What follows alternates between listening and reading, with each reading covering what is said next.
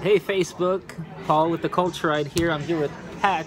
Pat is one of those riders that I got to meet through Horizons Unlimited here in Austin, Texas. As a matter of fact, we're no longer in Austin. We're halfway between Austin and San Antonio, where I'm going tonight. And Pat has helped me out a lot. We spent pretty much most of Sunday together looking over my bike, making sure it runs nicely, so I'm ready for Latin America, as I'll be crossing into Mexico in just about a week. Pat is an incredible guy. He's been riding a lot. First of all, you've been working for Yamaha for 30 years.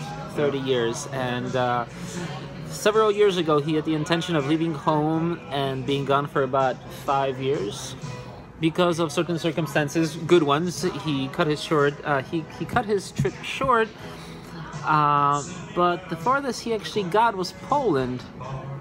So tell us just a little bit about that. Went 34 countries across 4 continents in a year. Started in Texas here and went down through Mexico and Central and South America all the way to the bottom to Ushuaia. And then turned around, went back up to Buenos Aires, shipped the motorcycle from there to Cape Town, South Africa. Rode north and east across Africa up to Nairobi, Kenya. And then shipped my bike to London and rode across Europe and met some guys, actually met up again with some guys in Poland that I had originally met here in Texas. They were on their cross-country trip across the United States on their bikes. As a matter of fact, you still have them. I still have their bikes. They stored their bikes with me, and they come back 1 month a year and get on their bikes and ride somewhere across the United States or Mexico, and then store the bikes whenever they finish that month and fly home and work in Poland for another 11 months and come back and do it again. Where in Poland? They're just north of Wrocław, in a little tiny village called Jary. And, Spelled? Jary. Jary. Jary. Okay. And they have a rock band there called Jary, named after the town. And they have a big group of riding buddies that they call Moto Jary. Okay. And they invited me to ride with them, so I eventually ended up riding my little 250 around the world, ending up in Jary, Poland, and spending a week riding through southwestern Poland with this group of great guys, and spending nights camping and partying. And they introduced me to, actually they called it preparing for Russia, by drinking all of the vodka, so which I normally don't drink much at all, but I was trying to be prepared for Russia. Of course, I ended up cutting my trip a little short and coming home to work for a little while before setting off again. You've mentioned that there was quite a party in Poland. Yeah, the night that I got to Jary, that afternoon, I was unprepared. I had no idea what was about to happen, and I pulled into this tiny little village and up to the house where Michał, where he and his wife lived. And turns out, unbeknownst to me, they had a huge barbecue planned for me. The Texas guy, so they had to have barbecue. They even prepared guacamole. Because that's so Polish, things. right? Yeah, right. That's Because very it's so Polish. Polish. Yeah. They were trying to, get all the Tex-Mex things going. You know how far they had to drive to get avocados? I have no I doubt. don't even know. But yeah, it was a great party. Great people. It seemed like the whole town turned out in my honor, just because there was this crazy American guy on a 250 showing up in their little village. Poland is the farthest east you got. It's the furthest east I got. I decided about a month before that I was going to ship my bike home, so I rode as far as Wrocław to visit with these guys in Jary, and then turned around and went back to Switzerland and shipped home from Switzerland. Just on a technical perspective, I ride a 650, a Kawasaki KLR. Yeah, that's like almost 3 times the size of my bike.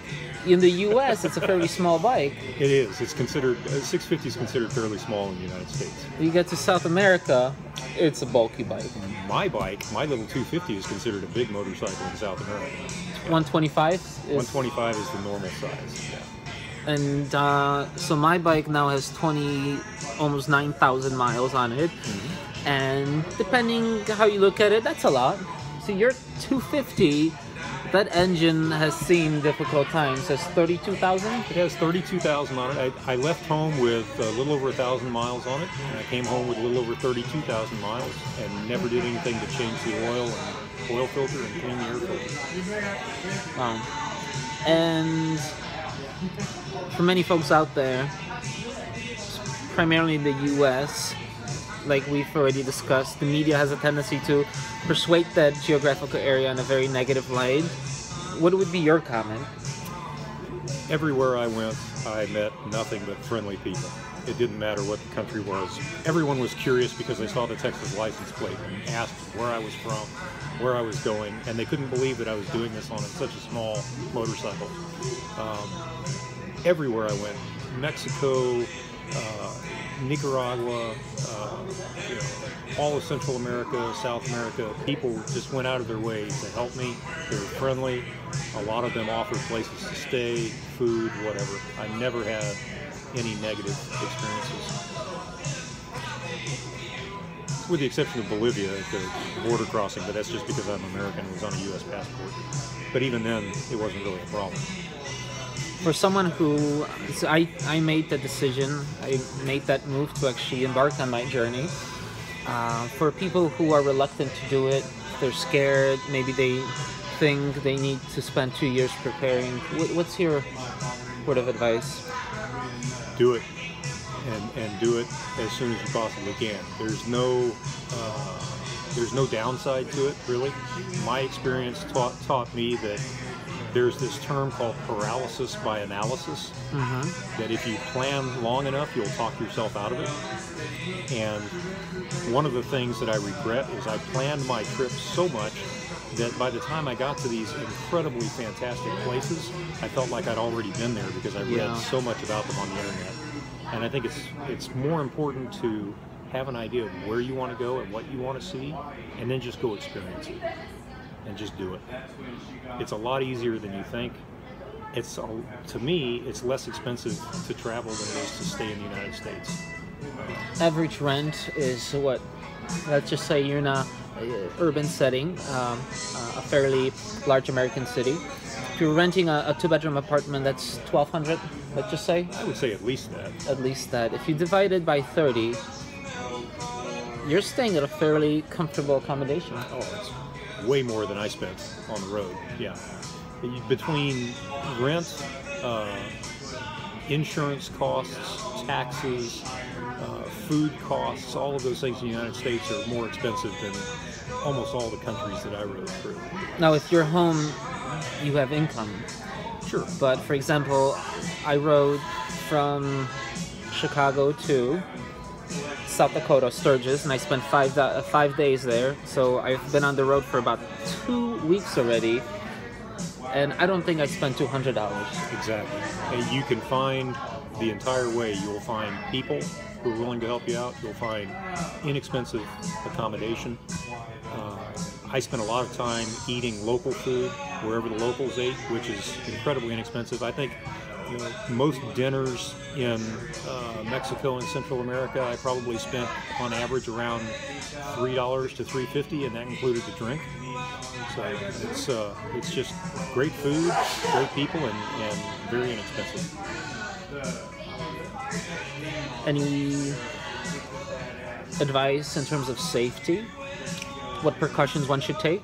I think the main thing is, How's everything? Good. Thanks. We'll We'll pack this one up. So, okay. Yeah, thank you. I think the main thing as far as safety goes is any place, even in the U.S., any place can be dangerous if you go looking for that. But if you are not traveling in dark and dangerous places, you don't travel at night, you stay visible, you won't have any problem. For the most part, people everywhere are good and they're willing to help you out. If you go looking down the wrong place or walking into the wrong place at night, sure, you could find trouble, but my opinion is you kind of have to go looking for it. So, Pat, you're that kind of guy that if I lived in Austin, we'd be best buddies. But I only have a few days here, and I think we've utilized that time You can stop here on the way back. Wisely.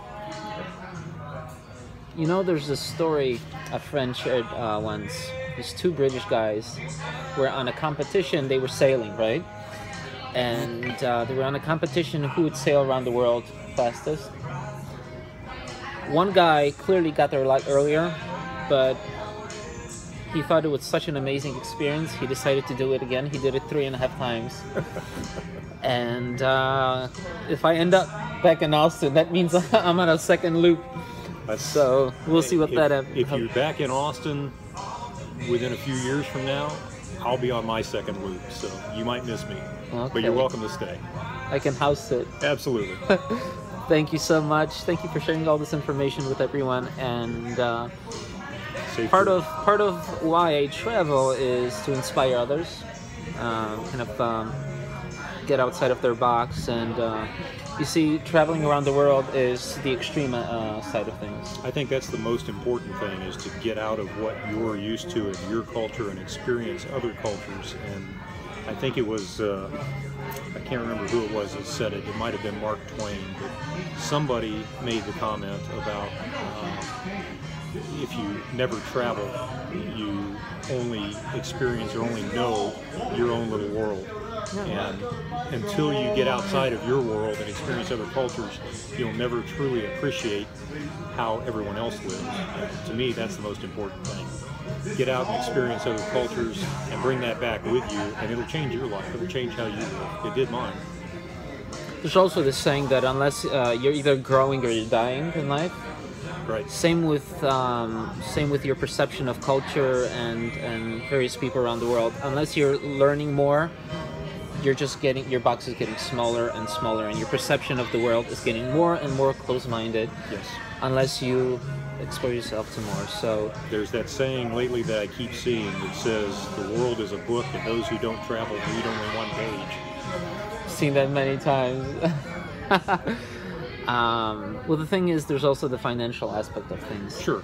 But it really doesn't take much. It's not inexpensive to travel, but I found that it's much less expensive to travel than it is to stay home. Yes, I didn't work for the year that I was on the road, but I spent a very, very minuscule amount compared to what I would have spent had I stayed home. Here's a question before I let you go. Coming from the road, you're out there for about a year or two. How do you reconnect with people? Because you're a different person when you come back. It's a mind-altering experience. Yes. When you come back, you're friends. How does that work? It's been fine, although I find myself from time to time having to hold my tongue because I don't have the same appreciation for material things. I don't have the same need to own all these things or to spend all this money on entertainment that I once had. Yeah. And I appreciate living a much more simple life. So yeah, it's definitely changed me a bit, but I've been able to reconnect with everybody, and I actually made more friends in that year on the road than I probably could count in the U.S. Just other travelers that I ran across, and I've stayed in touch with those people and built friendships that I think are going to last a long, long time. And so much of that is internal. You think about it, and all of a sudden, you might be an extroverted person, but you become a lot more quiet because you have so much information to process internally. Yep. There's this saying in Polish, it's more smoother when you say it in Polish, but you know, the ability to speak is worthy of silver, but silence is golden. Absolutely. So when you have something to say, express your thoughts, and then if you have something to back up your argument, do say it, but sometimes it's not worthy of saying it. I agree. I've always been a quiet guy, and I've always lived by that idea that never argue with a fool because it's hard to tell which one's which. So it's much easier to just stay quiet and nobody knows if you're the fool or not. True. Thank you so much. Yes, sir. Safe travels. Thank you, and take care.